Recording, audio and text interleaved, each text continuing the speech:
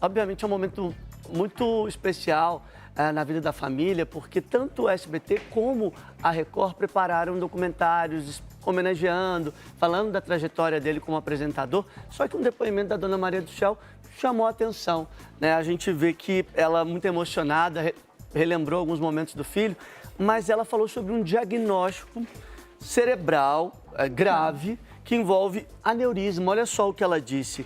Abre aspas, ele tinha aneurisma na cabeça, ninguém sabia, só eu. Ele tinha ido ao médico que falou sobre o aneurisma e reforçou. Não pode bater, pois se bater, estoura, falou ela.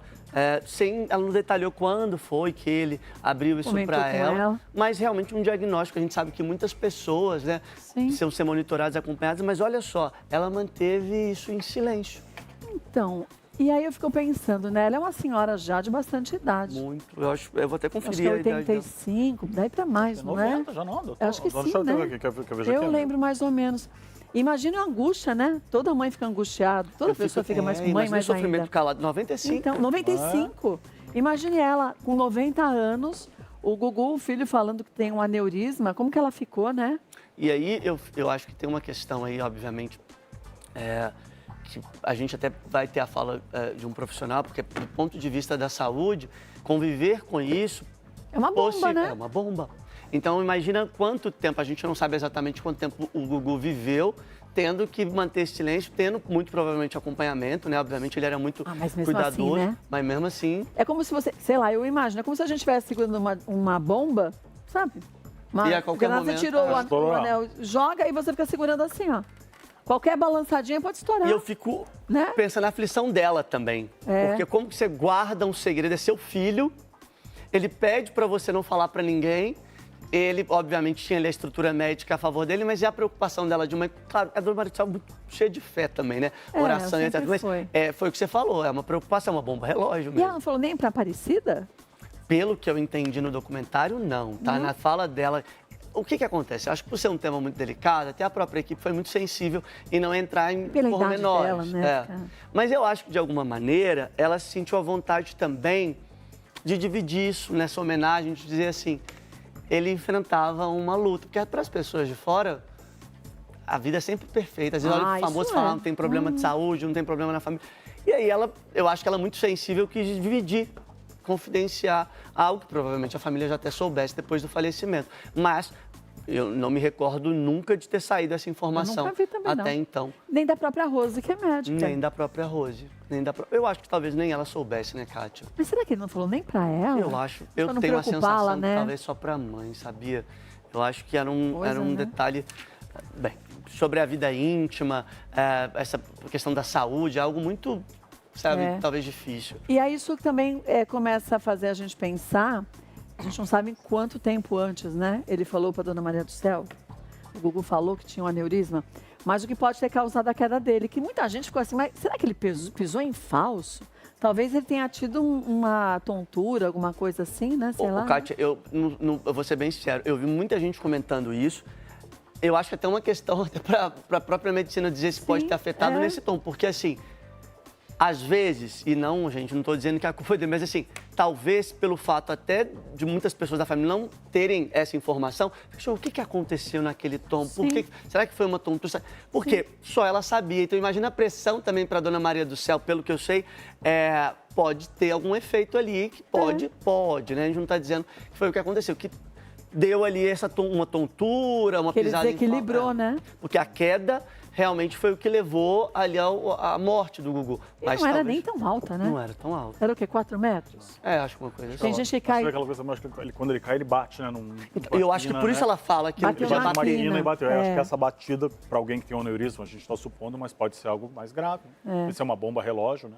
É o que a gente ouve dizer, né? Quem tem qualquer batidinha... Agora, também, eu acho que até serve, quando tem uma fatalidade, obviamente, a perda de um grande ídolo como o Gugu, que é o ponto assim, se você tá frágil, tem que evitar, eu digo isso até para as pessoas que têm esse diagnóstico. Não sobe em coisa que pode ter queda, porque assim, qualquer tombo pode ser fatal, que foi o caso dele. Mas o Aguinaldo Royal caiu no banheiro? É verdade. O Naim, a escada. O Naim, na escada. É que do Gugu, o Aguinaldo Royal tinha mais idade, o Naim também tomava muito remédio e tudo mais. E o Gugu, nada, né? Nada disso. Saudável. Que assim, novo a demais. gente soube agora, pra soube da gente, questão né? do aneurisma, mas saudável.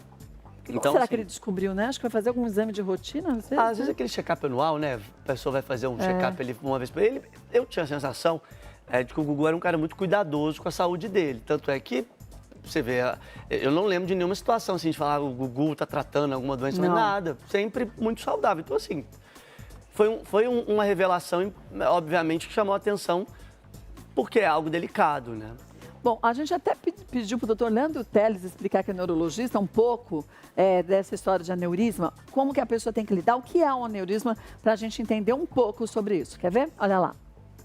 Olá pessoal, boa tarde. O aneurisma cerebral, ele é uma fragilidade num vaso, uma fragilidade numa artéria que irriga o cérebro.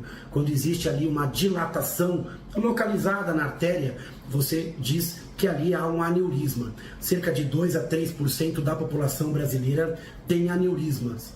Isso em estudos de autópsia, estudos pós-mortem. A maioria deles são aneurismas pequenos. E o aneurisma pequeno ele é acompanhado, ele não precisa ser eventualmente tratado e sim acompanhado ao longo da vida. Aneurismas maiores ou com mais fragilidade, você pode sim indicar o tratamento. Quando você pensa em alguém que tem um aneurisma e essa pessoa teve um trauma de crânio, você tem que pensar em algumas alternativas. Primeiro, que a pessoa bateu a cabeça e teve o traumatismo e isso não tem nada a ver com o aneurisma. Parece que foi o caso do Gugu. Ele teve ali um desequilíbrio, caiu, um trauma de crânio e a evolução que a gente já conhece. Pode ser que não tenha nada a ver com o aneurisma. Agora, outras duas hipóteses teóricas podem ser pensadas em casos assemelhados.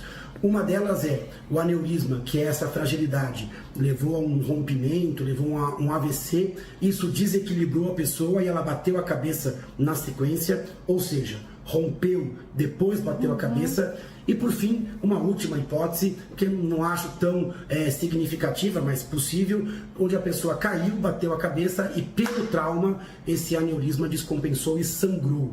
Então, as três alternativas são possíveis e para elucidar entre uma ou outra, só o trabalho da perícia, o trabalho da autópsia, conhecendo qual aneurisma, qual tamanho, qual a localização e quais os exames e análise do caso individualmente. Um beijo para o doutor Leandro Teles. Então, Matheus, você viu, pode ser uma das hipóteses, mas essa história que ele disse, que o aneurisma pode ter dado um AVC, estourou e deu um AVC, e aí ele ficou tonto e caiu, pode ser, né?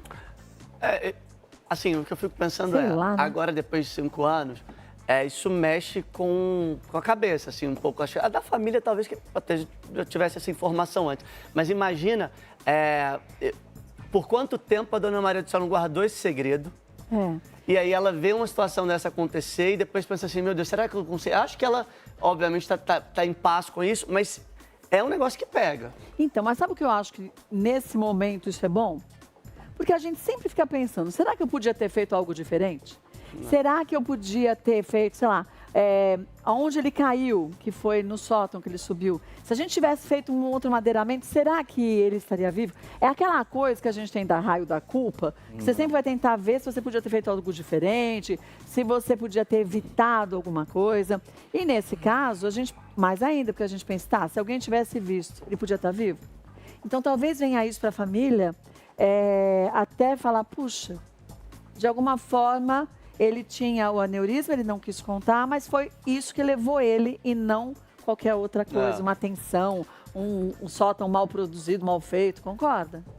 Assim, eu acho que serve para quem vê a notícia agora, o papel teve um diagnóstico, acompanha e acho que evitar e, obviamente, fazer o tratamento correto. Porque eu acho que, claro, deve ter sido feito pelo Gugu. Né? Mas a gente está trabalhando com hipótese. Então... Mas se deu um AVC, aí não tem como a gente saber. Não tem como. Um beijo para dona Maria do Céu, viu? Beijo! Essa mulher tem uma fé gigante.